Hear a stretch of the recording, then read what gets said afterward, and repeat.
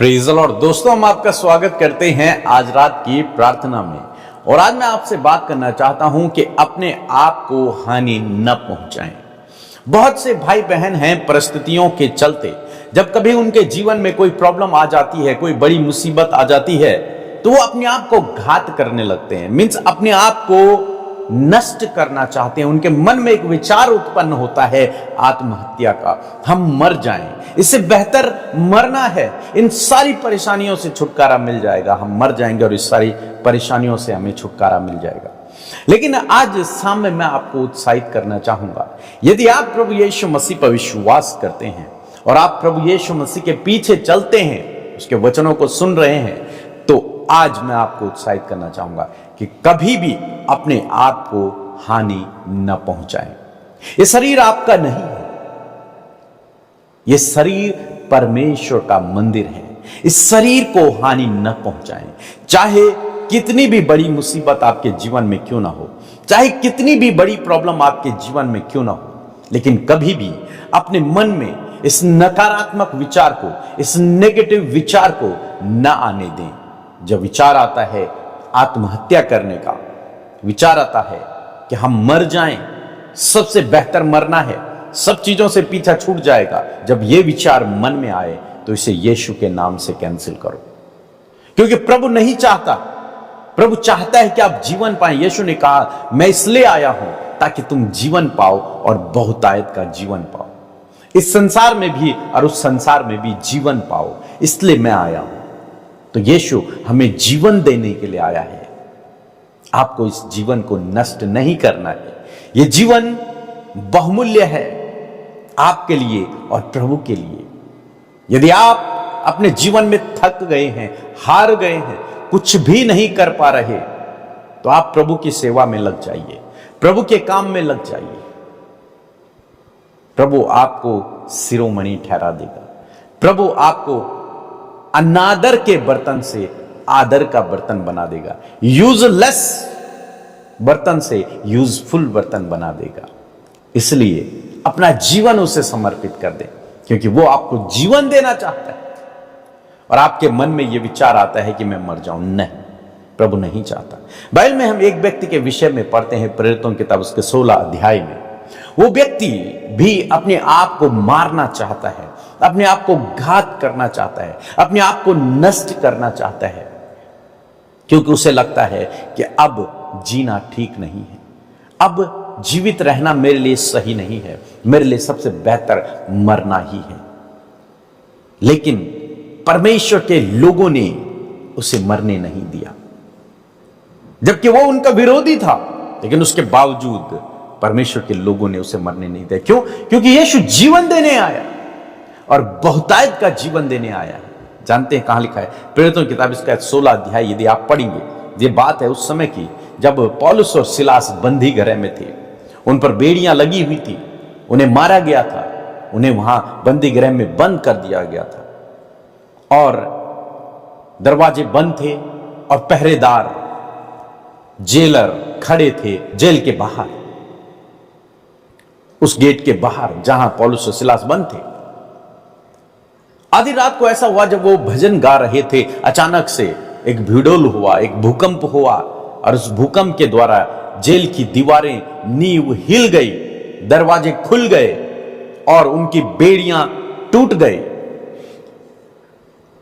और जब दरोगा जो जेलर था उसने देखा कि सब कुछ टूटा हुआ है, जब उसने अंदर झांक के देखा तो वहां पौलुस और सिलास को नहीं पाया, तो उसे लगा कि अब मेरा जीवित रहना ठीक नहीं है, मेरे लिए मर जाना ही बेहतर है। और उसने किया, 27 पद में लिखा है, दरोगा जाग उठा और बंदी गृह के द्वार खुले देखकर समझा कि बंद हुए, भाग गए।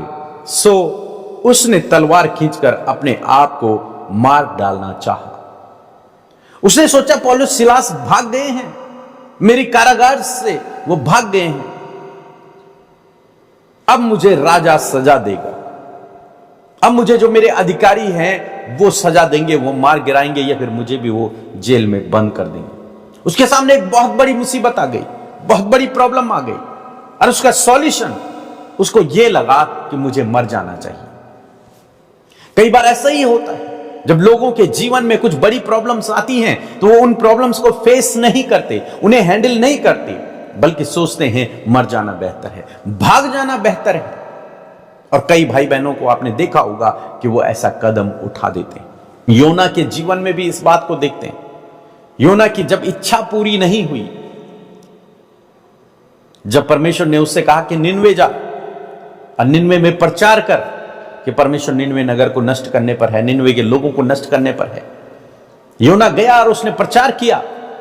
लेकिन 40 दिन बाद हम क्या देखते हैं कि योना के लोगों ने उपवास किया, प्रार्थनाएं की और परमेश्वर ने अपना मन बदल दिया और परमेश्वर ने उनकी हानि नहीं की। और योना इंतजार कर रहा है, मेरी भविष्यवाणी पूरी होगी, जो मैंने कहा था वो पूरा होगा। तो एक पहाड़ पर बैठकर देख रहा है कि अब पूरा शहर, पूरा नगर नष्ट हो जाएगा। लेकिन क्या देखते हैं, नगर तो नष्ट हुआ ही नहीं, और वो जो समय ठहराया गया था वो गुजर गया। अब योना डिप्रेस हो गया, योना बहुत परेशान हो गया। क्यों? क्योंकि योना की इच्छा पूरी नहीं हुई। योना ने जो कहा था वो नहीं हुआ, योना ने जो सोचा था वो नहीं हुआ, योना ने जो काम किया था वो नहीं हुआ, इसलिए वो परेशान हो गया। और इस बात को देखकर उसने प्रभु से कहा कि मेरे लिए जीना अच्छा नहीं है, मुझे मार दे, मैं मरना चाहता हूं। एक तरीके से उसके अंदर वो विचार आया आत्महत्या करने का, मरने का विचार। लेकिन तब प्रभु ने उसे रोका, उसे समझाया कि तुझे आत्महत्या नहीं करनी, तुझे मरना नहीं है। समझाया कि मैंने क्यों ऐसा किया, क्यों मैंने इन लोगों को नष्ट नहीं किया। तो प्रभु हमें जीवन देने आया है, बहुतायत का जीवन देने आया है। परिस्थितियां चाहे कितनी भी बड़ी हैं, आपकी योजना पूरी नहीं हुई, आप असफल हो गए, आप फेल हो गए, आपके जीवन में आप कर्ज में हैं, या फिर जो प्लान, जो योजनाएं आपने बनाई वो आपके जीवन में पूरी नहीं हुई, किसी ने आपको धोखा दे दिया, किसी ने आपको छोड़ दिया, कुछ भी आपके जीवन में क्यों नहीं हुआ, लेकिन यह विचार आपके मन में नहीं आना है। क्यों नहीं आना है? क्योंकि आप प्रभु के लोग हैं। प्रभु आपको जीवन देने आया है। अपना जीवन प्रभु के हाथों में दे दें, वो आपको शिरोमणि ठहरा देगा, वो आपको एक आदर का बर्तन बना देगा, वो आपको एक उच्च स्थान पर नियुक्त करेगा, वो आपको सफल बना देगा। अपना जीवन उसे दे दे, उसे समर्पित कर दे। और मैं तो कहता हूं, अगर आपको जीने की उम्मीद नहीं है तो अपना जीवन प्रभु को दे दें, उसकी सेवा कार्यों में लग जाएं, छोड़ो दुनियादारी और प्रभु के कामों में लग जाओ। देखना प्रभु आपको वो बना देगा जो आपने कभी सपने में भी नहीं सोचा होगा। सो मैं आशा करता हूं आप समझ गए होंगे कि ये दुष्ट के द्वारा डाला गया एक विचार है मनुष्य के मन में, क्योंकि दुष्ट के लिए प्रभु ने कहा कि वो घात करने, नष्ट करने के लिए आता है। तो दुष्ट चाहता है कि लोगों को नष्ट करे, लोगों को घात करे, और प्रभु चाहता है कि लोग जीवन पाएं और बहुतायत का जीवन पाएं। चुनाव आपके पास है, आप किसकी सुनते हैं, प्रभु की या फिर दुष्ट की? आपको प्रभु की सुननी है, प्रभु के मार्ग पर चलना है, यीशु के मार्ग पर चलना है, यीशु के रास्ते पर चलना है। अपने आप को हानि न पहुंचाएं। आज शाम को मैं आपको उत्साहित करना चाहूंगा कि अपने आप को हानि न पहुंचाएं। बहुत सारे भाई बहन नशे को लेकर भी अपने आप को हानि पहुंचाते हैं, नशा करते हैं, बहुत अधिक नशा करते हैं, जिससे क्या होता है, उनके अंदरूनी अंग खराब हो जाते हैं, मानसिक संतुलन खराब हो जाता है, वो अपने आप को घात पहुंचा रहे हैं, अपने आप को नष्ट कर रहे हैं, अपने आप को नुकसान पहुंचा रहे हैं। ये आपको नहीं करना, क्योंकि इसका अंत भी मृत्यु है। वहां आपको नहीं जाना, आपको जीवन की ओर जाना है, जीवन की ओर बढ़ना है। मेरा विश्वास है कि जब आप इस वचन के अनुसार अपने जीवन को व्यतीत करेंगे तो निश्चय प्रभु आपको इस्तेमाल करेगा, प्रभु आपको आगे बढ़ाएगा। सो प्रभु आपको इस वचन के द्वारा बहुतायत से आशीष दे।